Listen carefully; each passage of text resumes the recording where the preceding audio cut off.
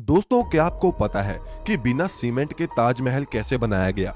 जबकि आज तक तो बड़ी बड़ी बिल्डिंग्स और पुल वगैरह सीमेंट से ही बनते हैं और सौ सौ सालों तक खड़े रहते हैं। लेकिन ताजमहल तो बिना सीमेंट के बनाया गया है।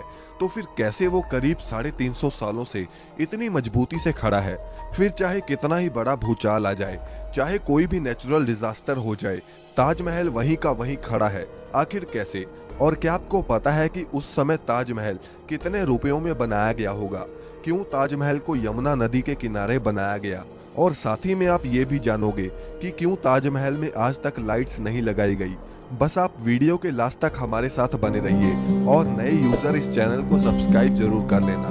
तो चलिए वीडियो को शुरू करते हैं। दोस्तों, हर साल लाखों की संख्या में लोग इस अजूबे को देखने आते हैं। आपको इसकी हिस्ट्री का तो पता ही होगा कि कैसे शाहजहां ने अपनी बेगम मुमताज के लिए इतना बड़ा मोनूमेंट खड़ा कर डाला। उन्होंने अपने प्यार को मुमताज की मौत के बाद एक्सप्रेस किया था। लेकिन दोस्तों, ये बिना सीमेंट के आखिर इतना बड़ा मोनूमेंट खड़ा कैसे हो गया?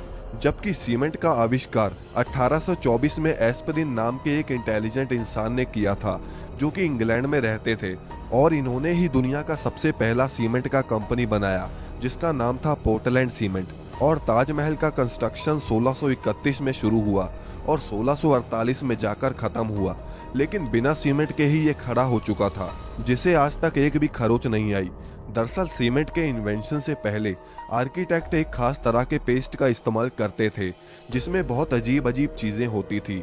और अगर ताजमहल की कंस्ट्रक्शन की बात करें तो इसमें बहुत सारे सेमी प्रीशियस स्टोन्स जैसे कि अकीक, येमेनाइट, फिरोजा, लजवाड, मूंगा, सुलेमानी, लहसानिया, तमरा, ये सब पत्थर यूज होते थे, जो कि बहुत ही रेयर स्टोन्स थे। और ये उस समय Russia, Rajasthan, Uzbekistan, Iran, Israel, इन सब तरह के दुनिया भर के अलग अलग देशों से मंगाए गए थे। इसमें कुछ अल्ट्रा रेयर स्टोन्स भी यूज हुए थे, जैसे कि तिलाई, पाई-जहार, अजूबा, नखोड़, जो कि इतने रेयर हैं कि पता नहीं शाहजहां ने इन्हें कैसे अरेंज किया होगा। लेकिन जो भी उन्होंने किया वो तो एक काबिलियत तारीफ है। और तो और जो सीक्रेट पेस्ट ताजमहल को बनाने में इस्तेमाल होता था, उसमें गुड़, बतासा, बेलगरी का पानी जैसी और भी बहुत सारी चीज़ों को डालकर पेस्ट बनाया जाता था। और ये पेस्ट सीमेंट जितना ही स्ट्रॉन्ग होता था। दोस्तों, जहां बुर्ज खलीफा की नींव बड़े बड़े स्टील के पाइप से रखी गई, वहीं ताजमहल की नींव लकड़ियों से रखी गई थी। अब आप कहीं ये तो नहीं सोच रहे कि भला लकड़ी की नींव 370 साल से कैसे चल रही है? दरअसल इसमें सबसे बड़ा रोल यमुना नदी का है। यमुना सिर्फ ताजमहल को अच्छा व्यू ही नहीं देती, बल्कि अगर यमुना नदी ना रहे तो ताजमहल गिर भी सकता है। इसमें होता यह है कि पहले के इंटेलिजेंट लोगों ने इसमें ऐसी लकड़ी का इस्तेमाल किया जिसमें चाहे जितना भी पानी लगता रहे, वो लकड़ियां और भी स्ट्रॉन्ग होती चली जाएंगी, वरना बाकी लकड़ियां नमी की वजह से खराब हो जाती हैं। और यही वजह है कि ताजमहल के खड़ा रहने में यमुना नदी का बहुत बड़ा हाथ है। और अगर यमुना नदी सूख गई तो ताजमहल भी उसके बिना खड़ा नहीं रह पाएगा। अब दोस्तों, आपने देखा होगा कि ताजमहल के आसपास के चारों मीनार एक दूसरे से परपेंडिकुलर खड़े नहीं हैं। मतलब ये कि वो स्ट्रेट नहीं खड़े हैं, और ऐसा भी जानबूझकर किया गया था। दरअसल ऐसा इसलिए किया गया कि अगर कभी जोर का भूकंप आता भी है तो वो चारों मीनार ताजमहल से दूर गिर जाएं, और इस तरह भूकंप के झटके ताजमहल तक पहुंचने से पहले इन मीनारों में ही ऑब्जर्व हो जाएं।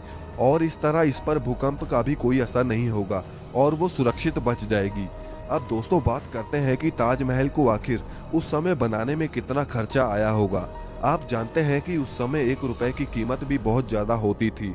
और अगर इन्फ्लेशन के हिसाब से देखें तो आज ताजमहल की कॉस्ट आती है अप्रॉक्स 1 से लेकर 2 बिलियन डॉलर्स, यानी करीब 8,000 करोड़ से लेकर 10,000 करोड़ तक इस मोनूमेंट को बनाने में खर्चा हुआ है। अब दोस्तों, ताजमहल में लाइट क्यों नहीं लगाई गई?